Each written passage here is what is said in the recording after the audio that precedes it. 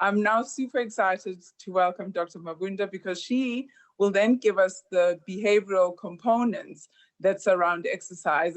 And also, I'm sure from her talk, we'll be able still to take away tips that we can implement when we get home so that we too continue to stay active.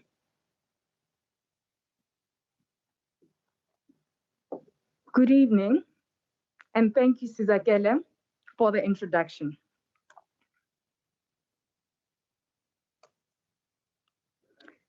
I'm trying to move to the next slide.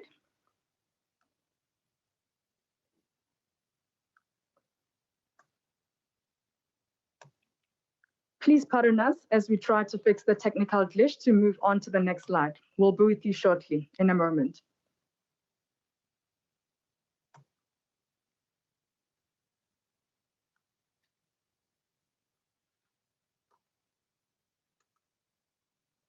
There we are. As Prof. Patricios has mentioned, we know how important physical activity is for our health and well-being. You can see from this data set that the more active you are, the less your risk of premature death. Yet we're not moving as much as we should. The COVID-19 pandemic has magnified the importance of healthy lifestyles. In Discovery, we did an interesting analysis that actually showed how physical activity can offset your risk of severe COVID-19 disease. What is even more profound to notice is if you look at the bottom graph, you can see that whether you're healthy, whether you have comorbidities, or whether you're older, engaging in healthy lifestyle behaviors, specifically physical activity, offsets that risk. Lockdown has had an effect on physical activity. I think Wandi and Bruce picked up on it nicely to just give us a glimpse into the effect that lockdown had on physical activity levels. Though it continued to remain top of mind as people were investing in equipment to ensure they can remain active in the comfort of their own homes, activity levels declined. We have seen that since the announcement of lockdown level 5, where really movement was restricted, there was a 55% decline in activity level as compared to earlier March before lockdown was announced. The good news though is as the measures were eased, people started picking up physical activities and level increased. What we are seeing now though is mainly a seasonal effect, which compares to what we see normally in winter where people prefer to stay at home because it's warm and cozy. But the interesting effect with this data set is that we've seen that for those members who use heart rate devices to be physically active, they've continued to stay 52% more resilient than those without heart rate devices. This underscores our proposition where we try to get as many of our members to use devices as possible because we see the benefit. Discovery's shared value model, which applies behavioral science to keep people healthy, can make a profound contribution to our society as it builds resilience against communicable and non-communicable diseases, as Prof alluded to earlier. So what can we borrow from some of these behavioral science principles to keep ourselves motivated to exercise? I think Bruce touched on this a bit. Start small, small manageable goals and build from there. It is easier to get started that way. And you also avoid injuries. Make it social. In the current environment, virtually so, because we need to stay safe as we continue being active. There are various platforms that you can leverage to keep you social and connect with a community of people who stay active. It is very useful to make an upfront commitment about the type of physical activity you plan to do, the time that you plan to do it in, and the day that you plan to do it. This protects you from the indecision of the moment, and it can actually minimize your ability to procrastinate. Many of us are familiar with using New Year's resolutions, birthdays, and other personal milestones to motivate us to start new lifestyle behaviors such as physical activity. Since the lockdown, I prefer to actually see each new day as a fresh start and use that to motivate me to get back on my exercise routine. It is very powerful to see how far you've progressed when you track physical activity. Many of these modern devices and some of the apps allow people to track physical activity.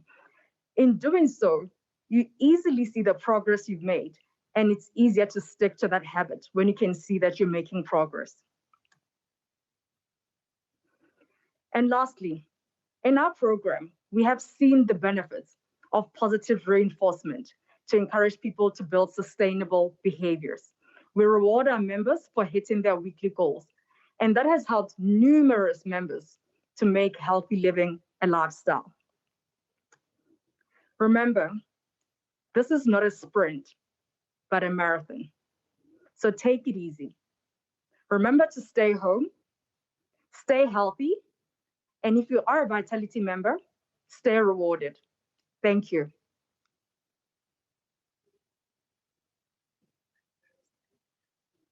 Thank you so very much, Dr. Mabunda. I think part of what you are encouraging us to do is to truly find ways to keep ourselves motivated. There's a feel-good factor you get when you know that you're making progress. I love the idea of making it social, because I can tell you, I have enough friends who will track me and keep me accountable to commitments you make up front. The idea of every day presenting an opportunity to be a fresh start is one that we all can relate to. Because if you don't get to hit your milestone today, don't give up. Tomorrow's another day to behave differently. What's also fantastic is that we do live in an environment where we have tracking devices that can keep us motivated, but also it means that you will continue to be rewarded, as you heard from Dr. Mabunda, for keeping up your activity. I mean, I was chuckling when you were showing the graph about the spend on exercise equipment, because I think I was one of those who was rushing in to try and buy dumbbells, which I haven't used because I've switched to something else, but it's encouraging. And I'm hoping that now we'll see that the turn with people returning to physical activity. We will now be receiving some of the questions that you've been posting during the conversation. And thank you ever so much for just staying engaged. The first question goes to Professor John. We have an individual who's asked the following question. She says, is HIIT training okay during these times? Because she's found a sports field 1.5 kilometers away from her home, and she just wants to know whether that's not too stressful a form of exercise. Thank you. So just to put it into perspective, HIIT training, or high intensity interval training, really refers to pushing your heart rate up to high levels regularly and then dropping it from time to time, and intervals of high and lower intensity exercise for a period of time. And that's one of the forms of exercise that's increasingly being promoted, and for good reason. It's been shown to be really beneficial in prolonging the metabolic effect of exercise. So it's a very effective form of exercise, rather than sort of a slow rhythmical type of exercise. And in fact, it's been shown to do things like burn fat more efficiently, which we didn't realize before. So yes, it's very effective. Who is it effective for? Well, I think like any exercise, it takes time to adapt to it. So I would encourage people to move into that level of intensity of exercise gradually, over a period of perhaps 4 to 6 weeks. Don't take on a session immediately. The second thing is that you need recovery. So don't try and do those sessions repeatedly in the same day and even repeatedly in the same week. You need to actually have some days which are lower intensity, others that are higher intensity. So those are the two take-home messages: is ease into it and make sure you're building sufficient recovery, and then you will derive the full benefits from HIIT training. Fantastic. Thank you so much, Prof. The next question is for Dr. Mabunda. And the question is, what happens to our vitality status in 2020, as many of these events that were pre-planned have been canceled, and the fear of contracting COVID is keeping us away? Thank you, Sizakele. We have continued to innovate our program to ensure that members have options to engage and remain active. What things that we did on the physical activity front is create virtual exercise options. And on the assessment side, we created an option for members to have a virtual check-in. So we continue to revise our program and make it meaningful, and will not penalize members for things outside of their control. Thank you so much. The next question I have is for Wendy, and that question is, actually, let's ask a much more complex one. It says, heavy training does weaken immunity. How can a runner avoid overtraining? Over to you, Wendy. So there's a couple of things that one would pick up as a sign of overtraining. And one of those is fatigue. And also, and it means that one has been putting a lot of training. So you need to reduce your training, but also you need to alternate your training as well. Have proper recovery time, rest, have active rest, so instead of being on the road for a very long time, do something else.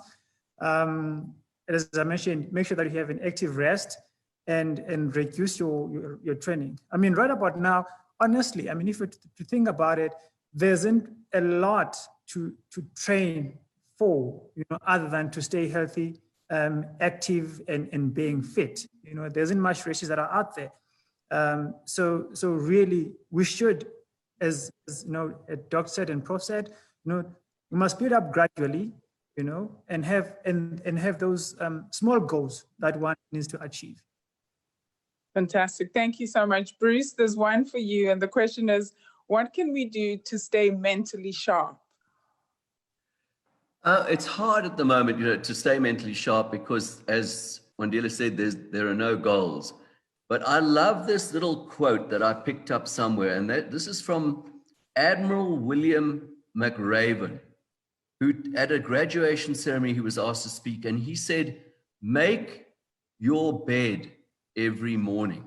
And so I'm going to replace that by saying, go for your run every day, or 5 or 6 times a week. Because when you've done that, you feel good about yourself and you feel, I've done something positive already today in a negative situation. And what happens, I've found, I go for my run. So I make my bed. Literally, not literally, but I'm really bad at making my bed. But I go for my run, and I tend after that to stay mentally sharp and motivated the whole day through, because having achieved one thing, I immediately want to do another thing. And so I'm just giving a quick advert for myself. During lockdown, one of the positives for myself is that I've written a book for Comrades Marathon Novices, which I will bring out in a couple of months' time. I only did that because of lockdown, because I now suddenly had the time, but also because every morning I made my bed by going for a run, which got me back home saying, now go and work because you're on a high. And that's, I think, is one of the ways. Just keep that. We don't have any races, as Wandile said, but keep yourself motivated and sharp by going for that run or that exercise every day. Fantastic. Thank you so much, Dr. Mabunda. We have another one for you. And that question is, what will happen to Vitality Gym benefit during this period and the requirement to meet the 36 visits in 12 months?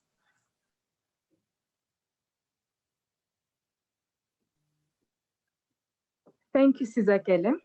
At the present moment, since gyms are not open, we have not required our members to meet their minimum visits. So members are not penalized for not going to gym. As gyms come on board, we will continue to review our program and revise and let our members know how the program will evolve. The next question is for Prof. And this question is, can you still train if you're asymptomatic and have tested positive for COVID-19? I guess before you answer, perhaps explain for those of us who don't understand what asymptomatic means. So asymptomatic means you're not feeling sick in any way. You don't have any symptoms, no headache, no runny nose or sore throat. You're feeling okay, but for some reason you've been exposed, perhaps you've worked with someone who has COVID, so you thought it necessary to be tested, and you've found that you're positive. Now, if you're positive, it means you, in all likelihood, have the virus in your system. And when you have a virus in your system, there are risks involved. And when you're exercising, that virus can circulate more quickly through your system. And so even if you're feeling okay, it's important to be cautious. And we feel you need a minimum of 10 days of being asymptomatic before you ease back into an exercise program. And if you're in any doubt, I'd rather you consulted a doctor, because there can be some other tests done to show whether there is active infection in your system, and you can be guided accordingly. So the answer is no, don't exercise until you've waited at least 10 days and or sought medical advice. Fantastic. Thanks, Prof. We have another one for you. And the question is, what form of exercise would you recommend for somebody who's got type 1 diabetes? So the answer is really, you've got to do what any exercise that you find enjoyable. Exercise needs to be enjoyable. It shouldn't be a burden. So you've got to find what works for you. And there's so much variety now. But I'd encourage you to do exercise that allows some movement. So you need to be moving, whether it's walking, whether it's cycling. I think there should be a strength component to it. So you need to have some degree of strength work. And it's got to be appropriate for you. So if your issue is that you are hugely overweight, then perhaps running isn't the ideal thing for you. And it's also important to bring your medical team into that decision. So if your sugar is very well controlled and stable, you could probably do a lot more. If it's not that good, then you probably got to do lower intensity exercise. And the thing with a type 1 diabetic is that there are some risks involved in terms of sugar control. So you need to consult your doctor and perhaps even have supervised exercise sessions in the beginning until you find what works for you and what maintains your sugar at safe levels. Fantastic. Thank you so much, Prof. Dr. Mabunda, I have another question for you, and this one has to do with exercise for seniors. Can you talk to us about that, please?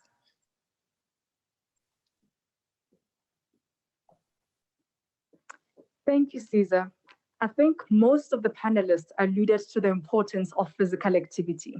And in my slide, I had a graph that shows the importance of physical activities even as you get older. So it is important for seniors to stay active, but obviously being mindful of your ability and your fitness levels. So definitely it is encouraged that even though you are older, you should still exercise, because we've seen that it can offset the risk of severe COVID-19 disease. So what I'm hearing you say is there's no day off for seniors. We all have to continue to find ways to remain active. I have another question for Wendy, and that question has a lot to do with motivation levels. If races are being cancelled, how do you keep yourself motivated? Yeah, look, I think one of the ways that I keep motivated is basically have short goals.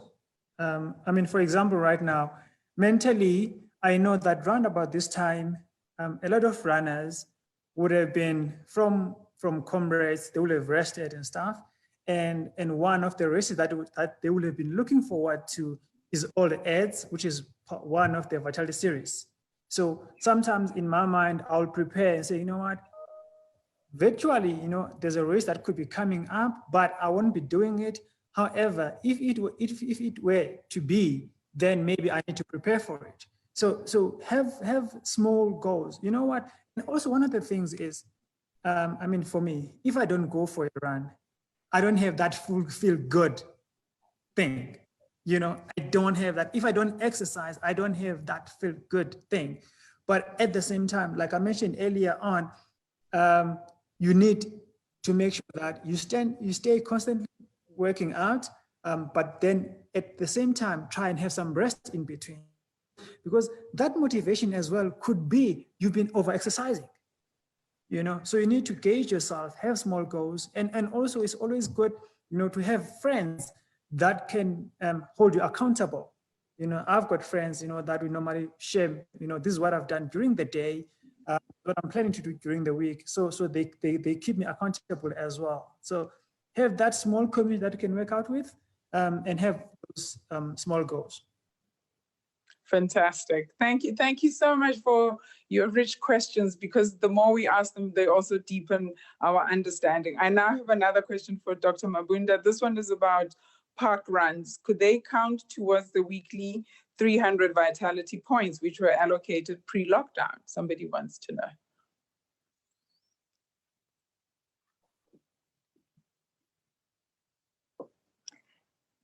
If I understand the question, I think the member is trying to understand whether park run counts for 300 points. You will know that pre-lockdown, we have a partnership with Parkrun, and Bruce is our ambassador, where if you go for Parkrun, you do get your 300 points. But as a result of the lockdown regulation, mass events have been cancelled and there hasn't been a Parkrun. Therefore, until we resume back to a state where events are allowed, we will then reintroduce the points that we allocated for our events. Thank you so much. I have another question for Bruce. Bruce, the question is, the Comrades Legends virtual race, are we going to see these kind of races in the future? What do you think?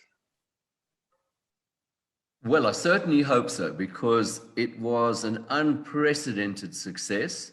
And I don't think even Comrades themselves had any idea that 43,000 people would participate. And what it did do is it made the Comrades family bigger and broader and friendlier and more welcoming and not so exclusive, so to speak, because as we all know, you could get a medal and a t-shirt and everything for running 5 kilometers.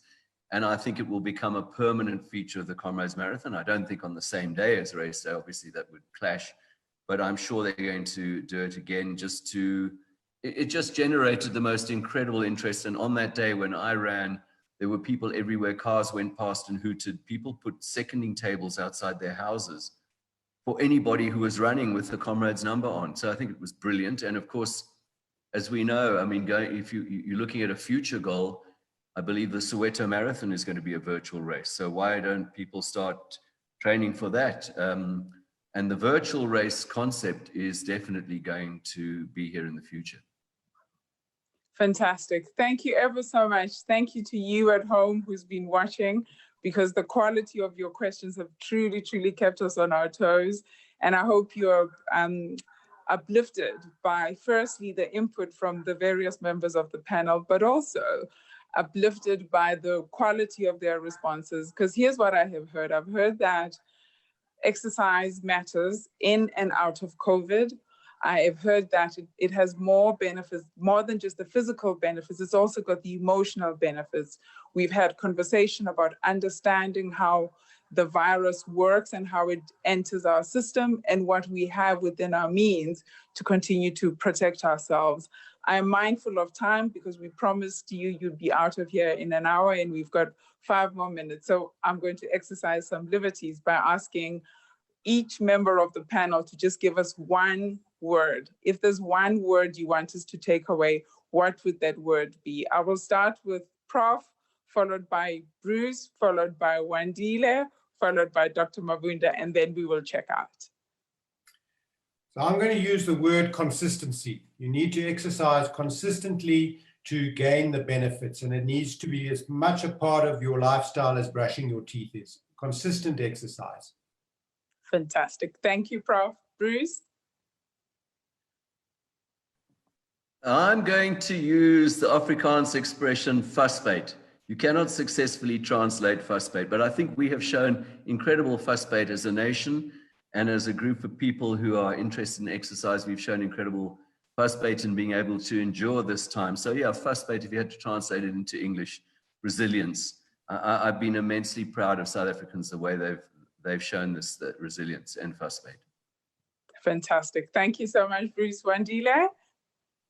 I think for me, my last words will check in with your friends, families, and see how they're doing. Keep each other accountable and motivated.